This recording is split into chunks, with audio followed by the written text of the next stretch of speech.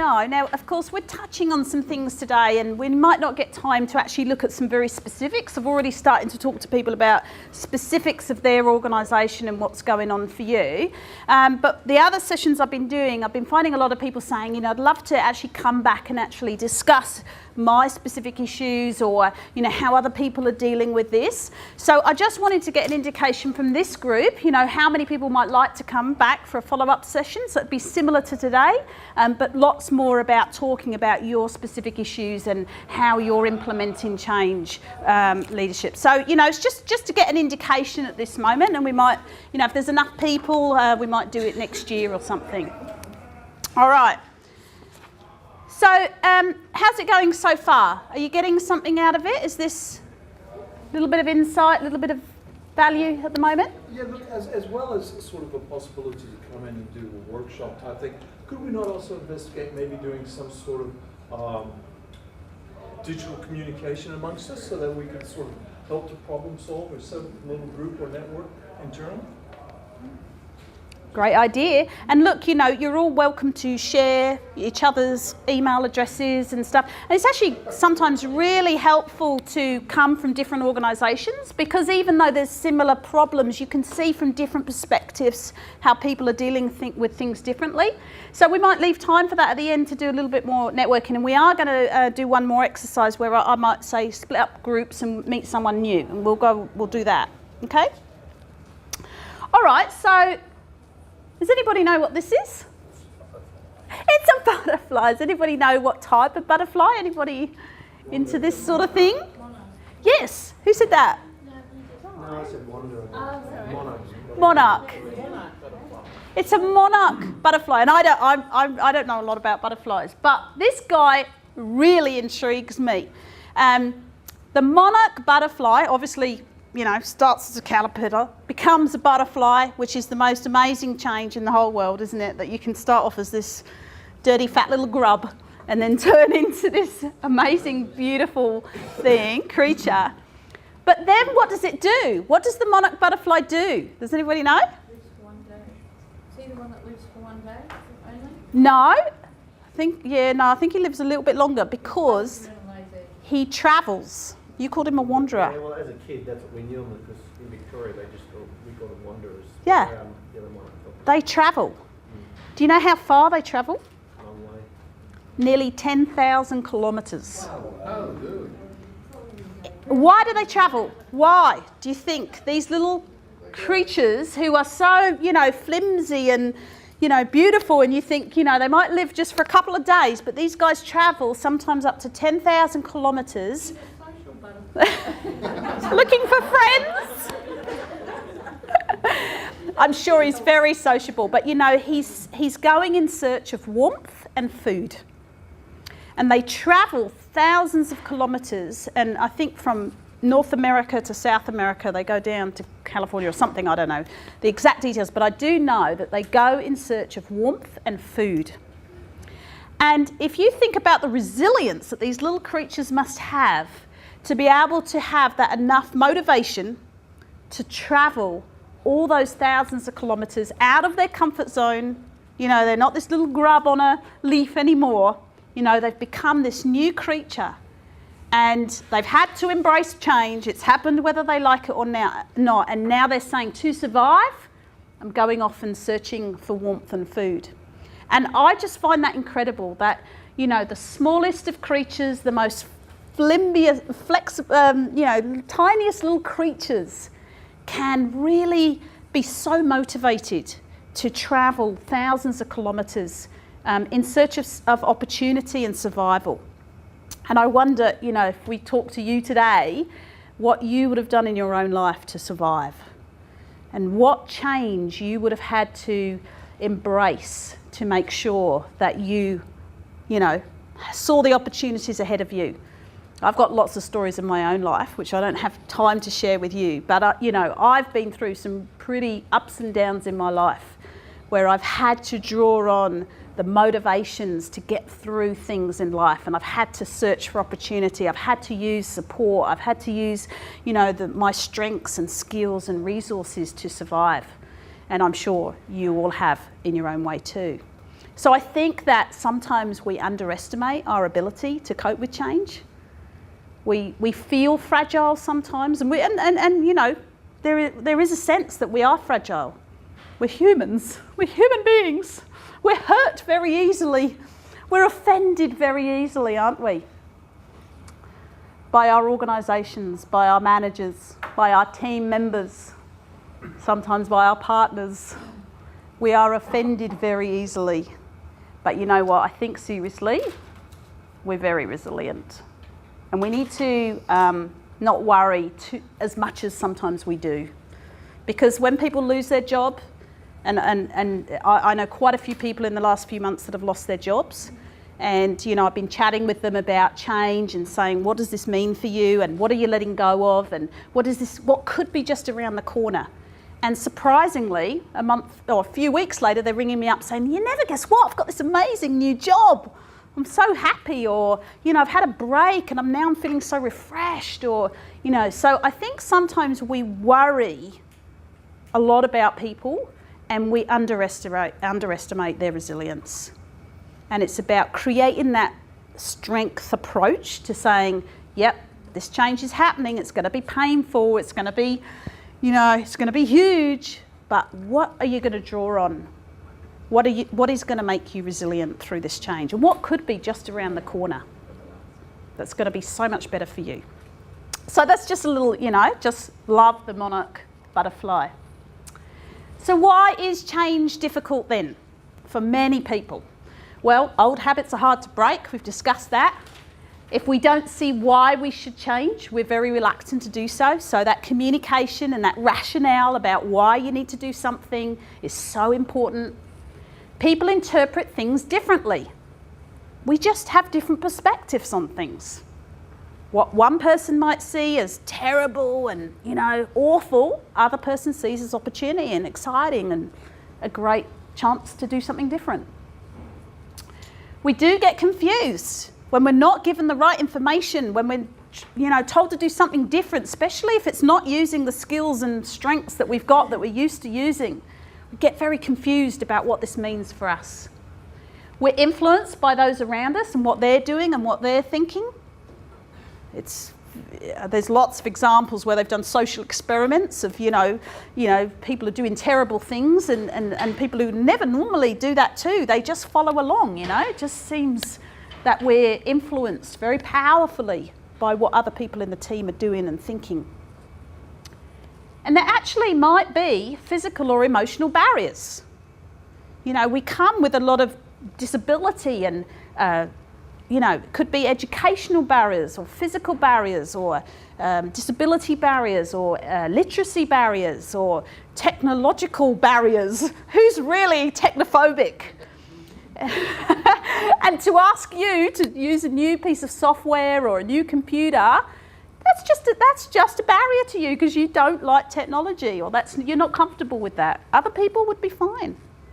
So we just got to really be very realistic about what we're asking people to change, you know, what we're asking them to do, and what might be the barriers. What might they be resistant about and why? Generally, people resist change if they believe change is unnecessary or will make things worse, because we're actually all very self-interested. We all care about ourselves. What's in it for me? I'm sorry. That's the truth. We are very self-centered. They fear the change will result in a loss of something. I've already just been talking about looking at somebody who's very resistant and saying, what might they be losing? And when you think about, hang on a minute, actually this person might be losing something very significant for them. And you might not even know about it. It might be something going on at home that you don't even know about. But if they're losing their standing, their reputation, their competence, their skills, they're losing their friends, they're losing their office, you know, something's important to people. What might they be losing and why might they be resisting? They might not even be conscious of it themselves. And they can see no benefit for themselves. So one of the key things I want you to take away from today is that when you start communicating with your team about change, make sure that you talk about benefits to them personally. and the organisation, because that comes kind of second, but how will this benefit them personally? Because if you can get them to understand that, then they're going to be moved along that journey quicker, because they're going to be, okay, is there some benefits to me in this? Let's explore what that might be. Might be hard, but do that. Generally, people resist change if they've had no input into the decision. They want to feel engaged, don't they, Nadine? You want to feel part of it, even if it's a small part of it. You might have a directive come from a manager that you never see in your life, or a CEO that you'd never see from one year to the next. But how can you be part of that, or make the team feel part of that in some little way? Because if you feel forever just told what to do, you feel like a little kid, don't you? And we're not little kids anymore, we're adults. We want to feel empowered, we want to feel part of it. They think the change will fail if this is all a waste of time. Spent 3 days looking at this new form, asked my input, spent 3 days doing this, and then they never asked me, are you going to do that again? Nah. So because now you don't believe them when they say, can you tell us what needs changing? Because now you've lost that trust. And until that's redeemed, this is a workplace change that was happening. She spent 3 days telling them what changes needed to happen, and then they never did it. So it really loses your trust when you can't believe people. The change was a surprise. Suddenly doing something different, you walk in and your desk has changed, moved. What? And they believe there is a lack of commitment from others. So if you as a manager don't believe in the change, guess what your team will feel? No point, because you don't support it, so why should I? So you as team leaders and as managers need to feel fully committed and supported to the change, because they will look to you as role models. So active and passive resistance then. Let's just look at these different types of resistance. Active resistance is obvious, and it often results in open conflict. So these are the types of behaviours and thoughts and things that people do that's actually quite obviously resisting that change. Passive resistance is more difficult to spot. It's often, not obvious. It can be underground or unconscious, or it happens in, slight ways that you don't even realise what's going on here. Why is this person never turning up for meetings? Or why is this person doing this or that? So you don't always realise that it might be passive resistance. Right, so what I'd like you to do is to get into groups, and we're going to talk about them. What I've done is in these envelopes, I've done a whole lot of types of different resistance to change. And in your groups, I'd like you to sort the cards into active resistance and passive resistance and see if you can work out which one is which.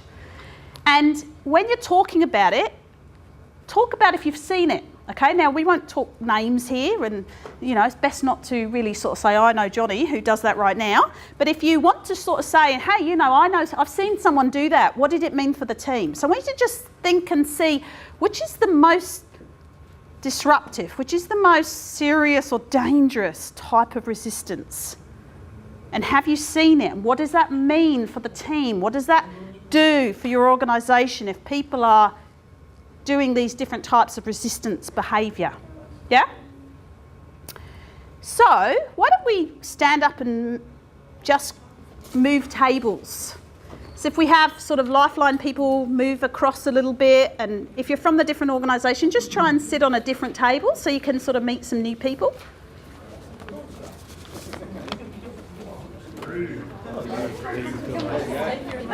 Right, so one here, you might want to just sort of clear the table a little bit. One for you. Good to meet you both. And not move. Thank So you might want to clear the table a little bit so you've got some space so you can put the cards out on the table.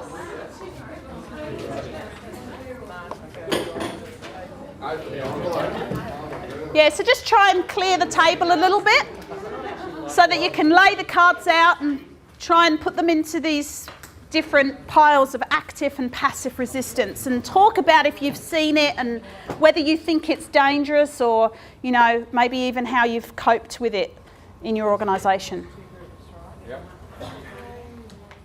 Yep. So do you think that one is more dangerous or one is more difficult to manage than the other?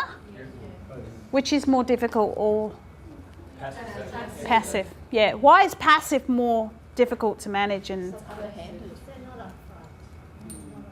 yeah. Active, you can see what's happening. Things like gossip and rumours and stuff, it takes you a while to hunt them down. Yeah. Or where it's coming from, and or why it's happening. Yep. I think there's a lot of emotional stuff going on with passive, which isn't related necessarily to constructive process. And therefore, when you're active, you can look at facts, you can be objective about it. But if something's playing underneath it, it's really hard to manage it in any way. Because it's all based around emotions. We're letting, and I'm going to do another little exercise with you about that in a second. But I suppose, yeah, go on. We're in an interesting situation in our workforce at the moment where we've gone through some massive changes, and the group, a lot of this passive stuff was happening. There was some of the aggressive stuff, but it was the passive stuff that tipped the balance at the end of the day. And now everybody's really embracing change. Everybody's really, except for one or two people, now their peers are stomping on them. You know, their peers are actually not good enough. Okay. Yeah, so. And I think, you know, what you've been saying is that resistance is not always bad. Sometimes we actually have to say, hang on a minute, why are we doing this? Could you just explain that to me? Or, you know, so it's much better when we're open and honest about that, but then not get stuck there. And that's when we can get out of this and start moving on and saying, okay, we had to have that, you know, bit of resistance there, but now how does that enable us to now move on into exploration and commitment? It might not look exactly, you know, because there are great ways that we can influence people, like politics and politicians and funders and management even. You know, we can influence people. This is one of my bugbears of the sector, actually, is that, you know, I think that we're actually very powerful as a non-profit sector, but we don't use our power enough because we kind of let people tell us what's going on all the time, and we don't actually band together and be a little bit more actively resistant to some of the things that we don't want to see or we want to see. But anyway, so look, it doesn't really matter, and I think you're right, is that some of these sort of fit into both camps sometimes. You know, but I just wanted you to understand that there are different ways of resisting change. It's not just one way. There are many ways that people can resist. And the passive way can be much harder to manage and much more difficult and dangerous for the team if that's allowed to continue, or it does continue. And then you wonder why you know, everybody's got low morale and conflict, and, you know, why the change isn't happening. So there's active resistance and passive resistance. And I suppose something for you to think about is that you know, when I talk about change management, is actually trying to foresee whether any of this is going to happen. Because when you can plan for some of this and say, look, we know that there's probably going to be some gossip, or we know that some people are going to resist, we know that some people are going to be more active, some people are going to be more passive, it allows you to put a bit of a proper plan into place and say, okay, and if this happens, how will we address it? How will we manage it?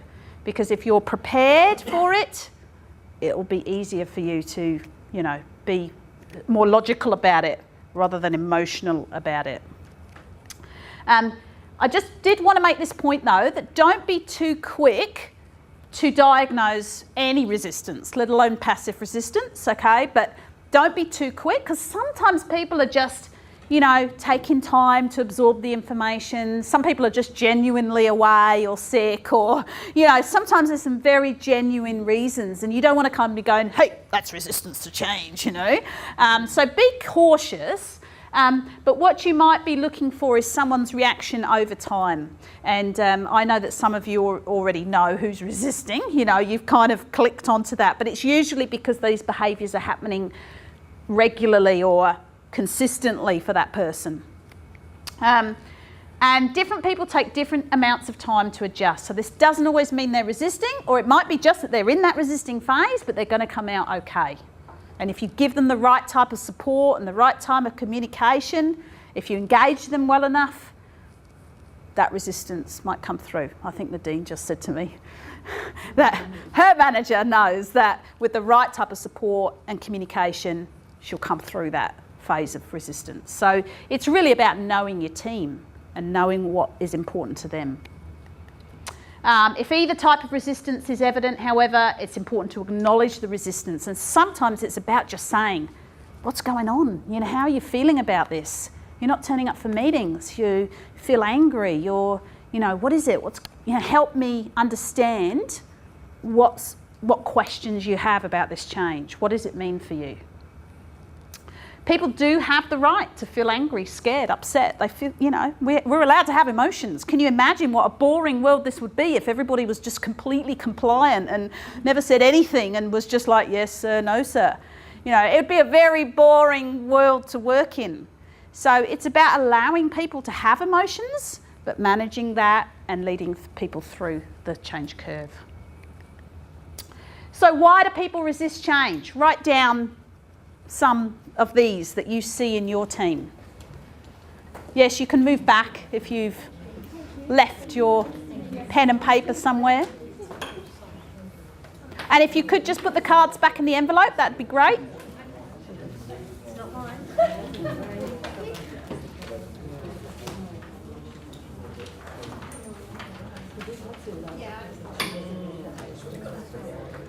So just have a think about a couple of people in your team.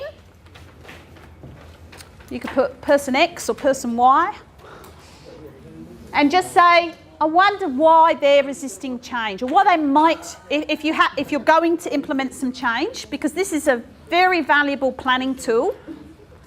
When you're thinking about implementing some change, and you know that change is coming, you might want to do this little exercise, because you know your team, you should know your team, and write down, you know, person X, Sally, Mary, Fred. Why might this person resist change? What is it going to mean for them? Now, you don't know that, you know, the inside their heads, but you can take an educated guess because you know them. Would it be because they don't understand the benefits? Would it be because they don't trust you? Is it because there's not good team morale at the moment? Is it because, you know, they're happy with the way things are? Is this because they need some more skills and training if you're going to implement something that's going to, you know, rock their confidence or something like that? So have a think and actually do some planning before you implement the change and see if you can, I'll say minimise it, because again, the resistance will happen, and it might happen, but if you can minimise that resistance, or if you can get them through the resistance quicker, and sort of think to yourself about the strategies that you need to put in place. And we'll talk about some of those in a second. I'm going to get to that. Let's give you some ideas. And remember that a person's experience, map, model, or representation of the world or a situation depends on the way they perceive things and what choices they have to them. So you cannot usually look at a whole team of people, especially if it's more than 5 people, and say they're all going to react the same way. They're not, because everybody sees things differently. It might depend on how old they are, how long they've been with the organisation, what values they have, what culture they're from. And in fact, that's the next exercise I want you to do. I'd like you to draw a little iceberg. See if I can do it here. So you know, you draw a line, you draw a tip of an iceberg, and then you draw a big bit under there like that. So a little tip of the iceberg with a line, and then a little big bit under there. Can you do that for me?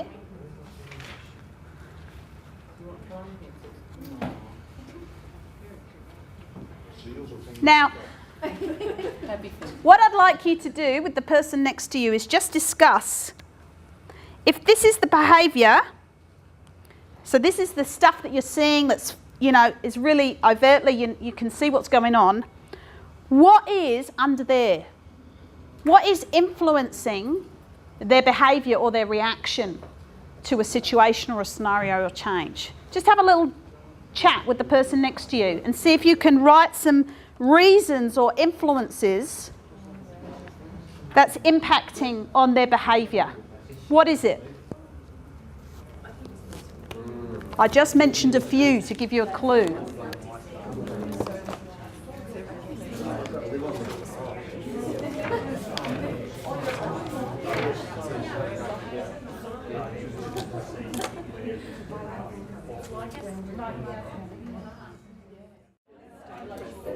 Okay, so were you all able to identify some things that might be influencing this behaviour?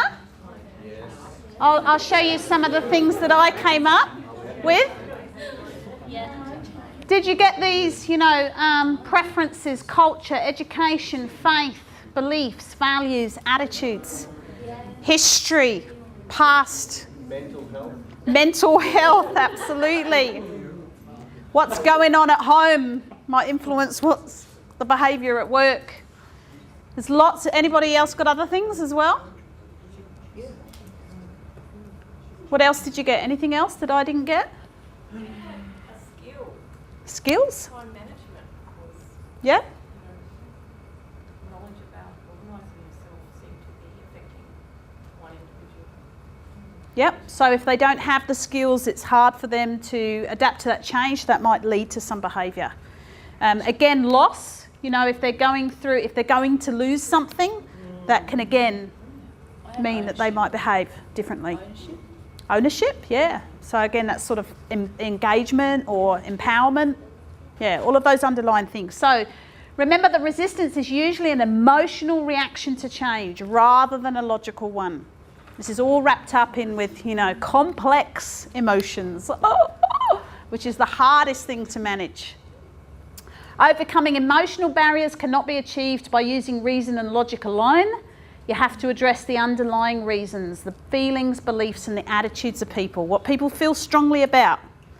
And people feel strongly anytime, but really so in the non-profit sector, when we are very full of value-laden people who passionately believe in their cause and their mission and the people that they work with, And in this sector, we're even. It's harder to work with these people. Well, it's not harder, but it's more complex, I suppose, because people are very emotional about what they do and what they believe in. And that gets layered. So if that's not addressed at the level straight away, proactively, yeah, then that becomes a common, way to work and do things. Yes. And then that can affect everything that they think and feel and behave. Not to but sometimes buying into that can lead to more problems. Like you can send people to a social worker and stuff like that as a CEO, but if you start buying into people's feelings and beliefs in a big way, you can leave yourself open to litigation and stuff down the track because you knew I was feeling this or you knew So I'd rather leave that stuff to the social worker and stuff that we have in place. Small things, yeah, but when it starts getting blown out of control, I don't know. I totally agree, and I don't think it's about you having to address any of this. This is, you're not as a manager responsible for people's attitudes and feelings. I mean, you're not.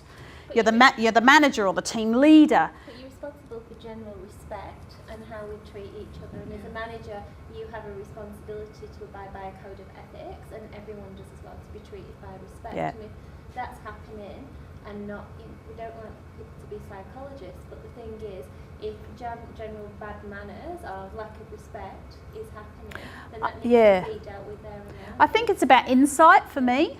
It's about that empathy that people come with all of this stuff, and that is going to influence how they react. So it's sometimes just an insight, it's just that empathy and awareness. I think it's the awareness. I am aware that this is going on. Yeah. I'm going to keep my ears peeled and, I'm going to keep my eye on it to see where it goes. Yeah. And I think it's the leadership of the manager as to when they jump in and do something. They can let it go, and if it's a resistance thing, we look at the graph, the resistance might pass, but it also may be that manager needs to come in and be the leader and say, this is what That's it is, right. and this is what you need to be doing. As an employee in this place, this is where you need to be. And sometimes you may need to manage people out. I mean, maybe this team, this organisation is not the right place for them. Yeah.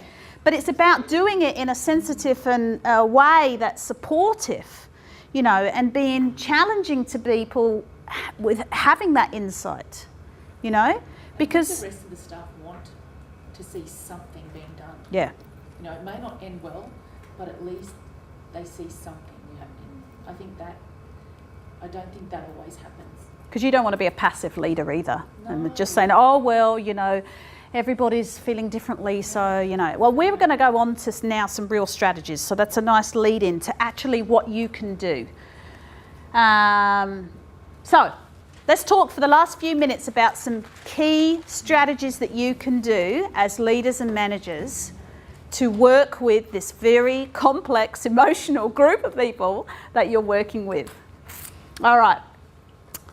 I just first of all wanted to say that being open to change, and we haven't talked about that yet, but really that's that's where I believe that we need to try and get people to, being open to change. That doesn't mean that you completely don't resist change. It doesn't mean that, you know, there isn't good reasons to be resistant. But where you need people to get to is to be open to change, to get to that place of exploration as soon as you can, because that's a more healthy place to be.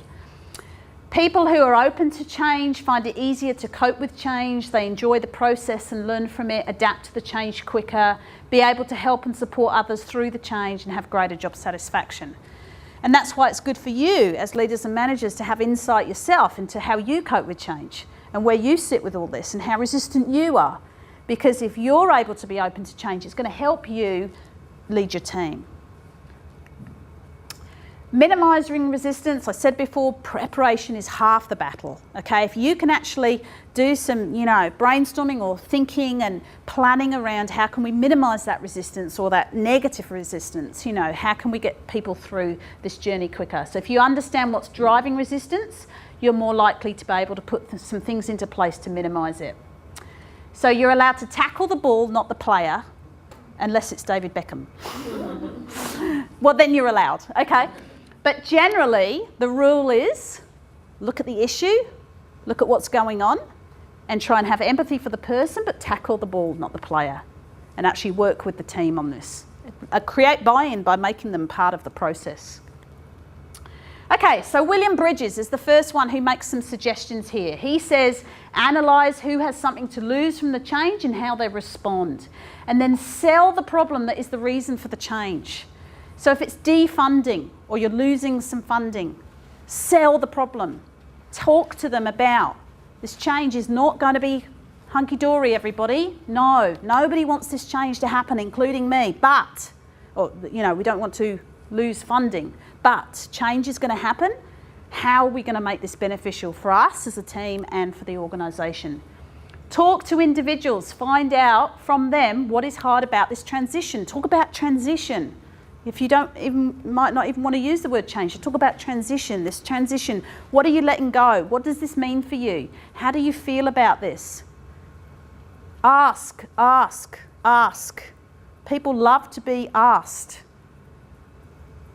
And you might, you know, you don't have to be the solution provider. You can just talk to people about how they're feeling. And that can sometimes get people through to, okay, what does this mean for me? Where am I right now? Pierre Collerette says, communicate why the change is happening. Again, communicate. Tell people what's going on. Don't keep people in the dark for too long, because if you do, there'll be passive resistance because people will start gossiping and, you know, or dismissing it. Ensure the leadership support. Make sure that you know. And if you don't know, if you've had a directive to make some change, go and ask. Why? Say, because that's the first thing that people are going to ask me. So I want to know, board or CEO, I want to know why I've been asked to do this change, because that's the first thing I'm going to tell my staff. So you ask questions if you're not ready to, you know, deal with the reaction that's going to come from your staff. And provide opportunities for individual gains and benefits. So think about how self-centred people are and just be open with it and say, okay, what benefits can we provide for these people? It might be lower pay, but what other benefits can we provide? Or it might be shorter weeks, but what other benefits can we provide? It doesn't always have to be monetary. Non-profits particularly, but any organisation can be quite creative in the types of benefits that it can provide. And you know what? The best benefit ever is to be in a great supportive team where there's high morale. So work on your team building, if nothing else. Because if people feel that they're enjoying their work, money, not always the most important thing. This is a quick one, I won't go through it all, but the most important thing that these guys, Woodward and Hendry, found out was important for helping prevent problems and helping you cope with change was sufficient authority to get my work done effectively and good working relationships. So if that's what you concentrate on, that's what you need to do. Work on those relationships, work on people being open and honest and being able to have active resistance rather than passive resistance. Okay, but there's lots of other things, but those are clearly people want to feel challenged, empowered, and enjoy coming to work. Now, Steve Barlow wrote a book, and you can go and get his little book off his website, which is People Get Ready. And I don't have time to go into this now, but I just wanted to touch on the fact that he talks about that people need resources, internal assets, to help them cope with change. And he talks about 7 types of change. They need motivation, they need agency, which is self-efficacy, they need insight, vision, trust, beliefs, and balance. And I recommend you having a read of this and thinking about what types of resources do you need to work with your team on. Because if there isn't enough motivation or not enough vision or not enough trust, that might be what you need to work on. And if you're complex or if you're frustrated about why this team is in chaos and why it's not coping with change, then maybe you need to look at one of these and work out what's going on. Because if there's no vision, no common purpose, people are not working together, or they don't feel that they trust the team or their manager, then that might give you an insight into what needs to be worked on. Successful leaders understand why change is necessary. So go out there and ask if you're being asked to make some changes. Communicate the vision and change clearly. Lead the way and lead by example. Think about yourselves. Are you good role models? Are you open to change?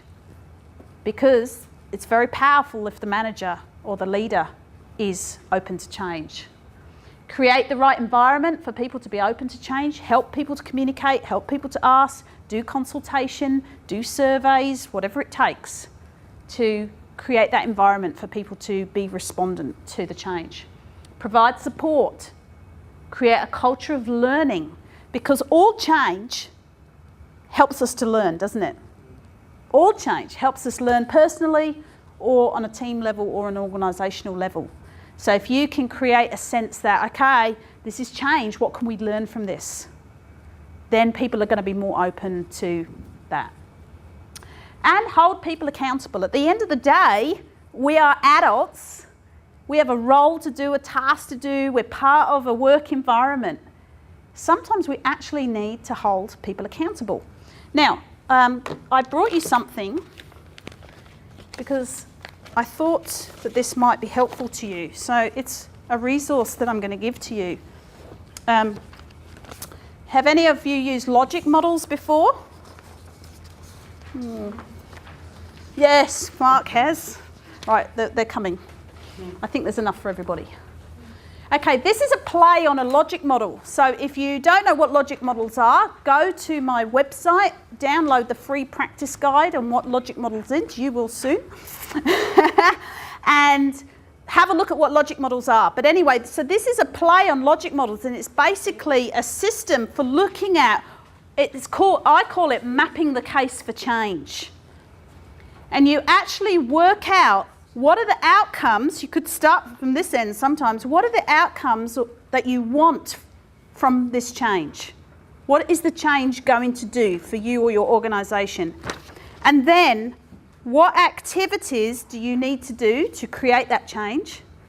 and what are the inputs that you need. So I've gone backwards there, but now I'll go forwards. So I've designed it as your internal stakeholders or your internal things that you need to think about, and then your external. So across the top, this is an example one I've done, which I've started filling out. Along, you'd start with description of the change using SMARTY, which is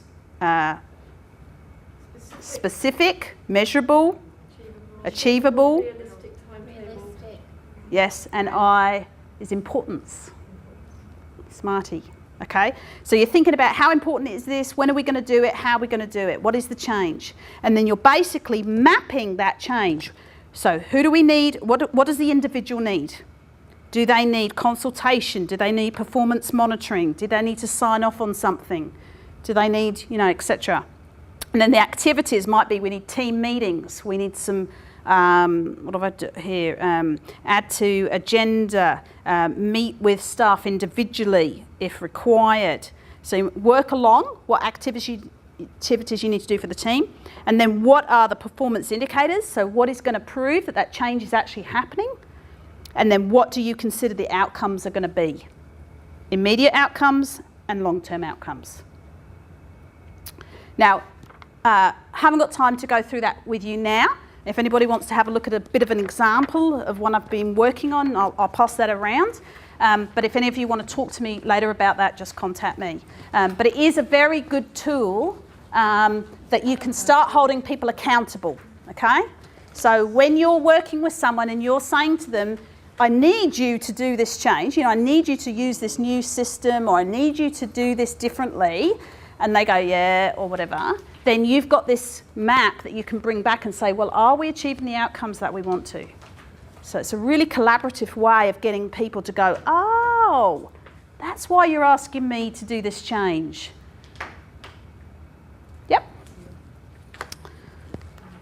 Okay.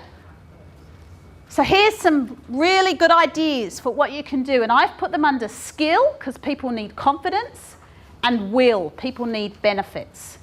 So under the skill, I've termed it communication and training. So how are you going to give people the skills and the confidence to make this change? And there's lots of ways that you can do it. Like, don't say to me, there's no ways. There's lots of strategies that you can give people communication and training around this. It could be team meetings, newsletters, intranet, workshops, presentations, surveys, lots of ways to engage people. Training, it might be manuals, role-playing, case studies, practical training, peer education, mentoring, coaching, action learning, organisational culture training. There are many ways that you can engage and involve staff and making them feel part of the process, because this will help. And some of them don't take a lot of effort. Some of it just means you've got to do it, time, or creating some importance around it. And will then, we need involvement and we need culture. We need that, people to believe that change is good and that it's worth it for them. So awards, intrinsic rewards, compensation, success stories, engagement strategies, consultations, celebrations. Somebody told me they were doing celebrations. Great idea, great idea. Celebrate your wins, celebrate when you're really happy with what you're doing and the change that's being created. Culture, so you need to, as a team leader, you need to understand what is job satisfaction for your team. Learning culture, change communities, social networking, peer support groups, leadership support, supervision, appraisals, policy and procedures. All of those things help to motivate and engage and empower your team. And you've just got to work out what works for you and what is most appropriate for your organisation and the people in your team. So 8 keys to success. These are my kind of key 8 ones. So if you write nothing down except this is my keys to success. Number 1, listen to people. Ask them what they think and how they feel. Have empathy. So it doesn't mean you're going to solve all their problems, Mick, but it does mean that you're going to have some insight into why they're behaving like they are, or why they're thinking like they are, or why they're feeling like they are. So have some empathy. Provide support, and that's when then you decide what is right support for you, for them and their team. And that could look all sorts of different ways, but work out what's right and within your budget and within your time available, etc. Show respect, and I think that's what Melanie or one of you said, you know, it's about showing respect for people, that we're all on different journeys, you know. We've all got so many things that we bring to work, so many values and beliefs and history and past and, you know, needs. And it's just having respect for that. Communicate regularly and honestly. And you can communicate in lots of different ways, because not everybody reads a newsletter, not everybody uses the intranet. So you need to use a wide range of communication strategies. Give people skills and tools. If you ask them to do something different or ask them to do a new job, make sure they know how to do it. Make sure they have the skills and the resources to be able to implement that change. Overcome those barriers that they might be feeling. Sell the benefits. Absolutely critical for you to tell them why this change is necessary. They might not always buy in, but sell it to them anyway. And build a culture of learning, trust and accountability. At the end of the day, people are adults, you expect adults to work in your team, you lift the standards and say, we're going to be open to change here, we're going to work together, we're going to work collaboratively, it's not always going to be easy, there's going to be lots of emotions here, but you know what, we're going to work together, we're going to be accountable for that change, and we're going to create the outcomes that we want.